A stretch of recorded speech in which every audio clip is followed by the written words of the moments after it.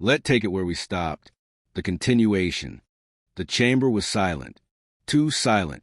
Dust floated in the air like tiny ghosts of the past. The archaeologist stared at the thin crack in the wall, the secret doorway that revealed itself only when the sand shifted. It had been hidden for thousands of years, buried so deeply that no map, no scroll, no historian had ever mentioned it. The lead archaeologist stepped closer.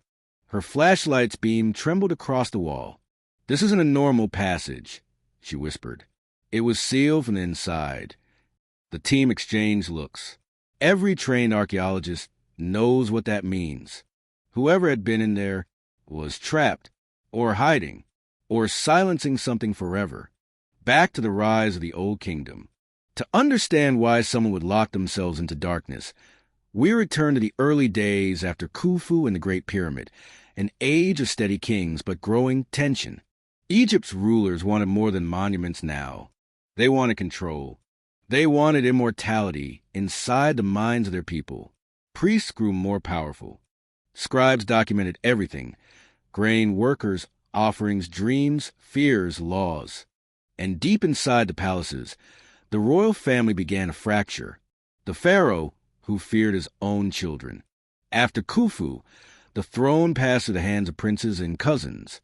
Some ruled briefly, some ruled quietly. But one king stood out, Userkaf, founder of a new line. He was not known for cruelty. He was known for fear. Fear of rivals, fear of losing power, fear of secrets hidden in the pyramids before him. In this era, Egypt was stable on the outside, but trembling on the inside. Scribes recorded strange shortages. Workers disappeared. Priests argued over rituals. Whispers filled the halls of temples. The crown hides something. The priests hide something. The truth is buried with the kings. Userkaf, determined to keep control, tried to reorganize the power of the priests. He built a new type of temple, solar temples, dedicated to the sun god Ra. But some priests refused to follow. Some believed the pharaoh was becoming too powerful. Others believed he was hiding something dangerous, something found in the older pyramids, something that tied back to the early kings, something people feared. And then Userkaf died suddenly. Some say illness, some say a palace plot. But whatever happened, Egypt was about to enter its first true crisis, the collapse that no one spoke about. Userkaf's successors tried to bring order, but the cracks were too deep. By the end of the Fifth Dynasty, Egypt's wealth drained away. Royal projects slowed, pyramids shrank, and a famine swept the land, so bad that ancient texts describe it in shaking lines. The Nile betrayed us. There was no water. The people cried out in hunger. For a kingdom built entirely on the rhythm of the river, this was disaster. When the river failed, everything failed. The pharaoh's power weakened. Priests rose. Governors became kings of their own provinces. Egypt was falling apart. And then, like a spark in the darkness, a new figure appeared, a leader who would take the broken kingdom and try to rebuild it. His name was Mentuhotep II, the return of order. Mentuhotep II fought for years to unite Egypt again. It was not gentle work, not glorious. It was civil war. Cities burned. Rivals were crushed. Governors who had ruled like pharaohs in their own lands were forced to kneel or vanish. By the end of his reign, Mentuhotep II stood over a united Egypt, scarred but alive. A new era began, the Middle Kingdom, a golden rebirth. Art returned, trade returned, confidence returned. But something else returned too, fear, because during the chaos, tombs were raided, royal secrets were stolen, sacred texts vanished. Priests whispered of a message lost in the war, a warning carved long ago in a burial chamber near Giza, a message about a king from the first dynasties, a king whose name had been erased, a king whose body was missing, a king connected to the day the gods went silent, the same message the archaeologists found in the hidden tomb, the lost pharaoh in the Middle Kingdom. Stories circulated among the temple workers, stories they were forbidden to write down. They spoke of a ruler from the age of the first pyramids, A pharaoh who tried to change something fundamental. Not religion, not law, something deeper. A reform, a betrayal, a discovery. No one knew, but the rumor was always the same. He knew something he should not have known.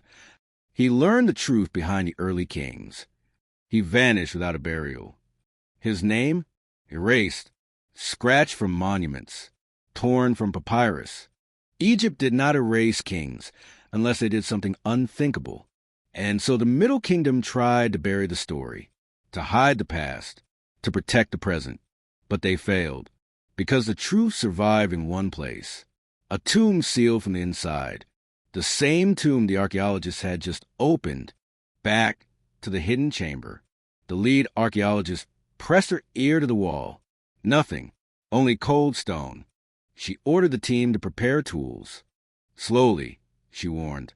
If this collapsed once, it can collapse again. With careful strikes, they widened the crack. The wall crumbled just enough to reveal a dark tunnel. Long, narrow, suffocating. It felt wrong, as if it had been built in a hurry. One archaeologist whispered, "No one carved this for honor. This was carved for escape." They stepped inside.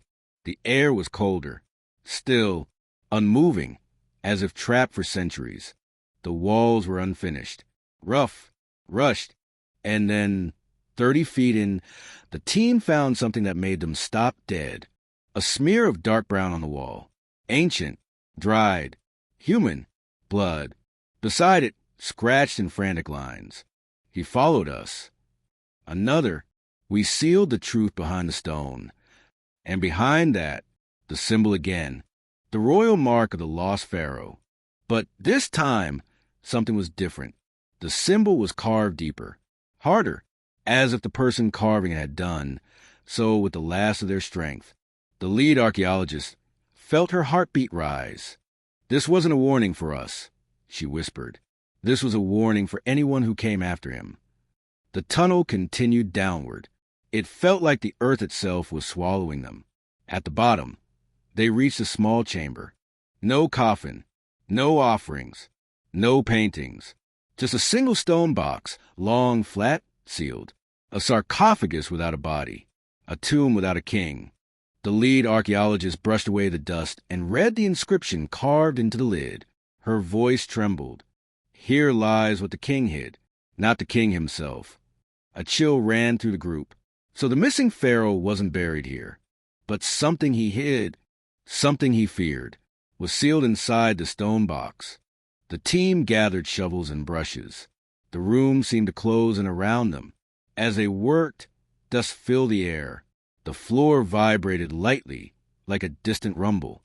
Something deeper underground? A shifting chamber? Or a hidden mechanism? No one could tell. Minutes passed, then hours.